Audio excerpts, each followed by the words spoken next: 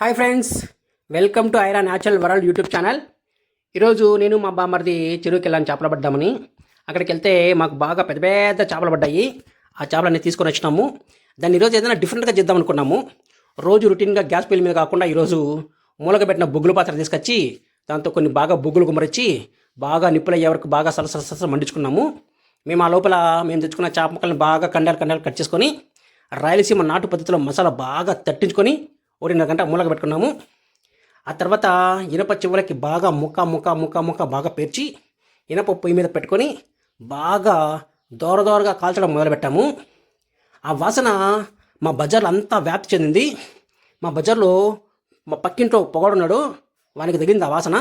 వాడు పరిగెత్తుకుంటూ ప్లేట్ ఎత్తుకొని నాకు కూడా కావాలి చేప ముక్కలని. పోతే బండ్లే మా చేప ముక్కల వల్ల పొగడు మిత్రుడు అంటే మేము చాలా ఆనందంతో వాడికి కూడా చేప ముక్కలు పెట్టాము. ఆ చేప ముక్కల్లో నిమ్మకాయ పిండుకొని ఎర్రగడ్డ వేసుకొని బాగా నములుతా అంటే అబ్బబ్బబ్బబ్బబ్బబ్బా, ఆ వర్ణాతీతం ఆ రుచి.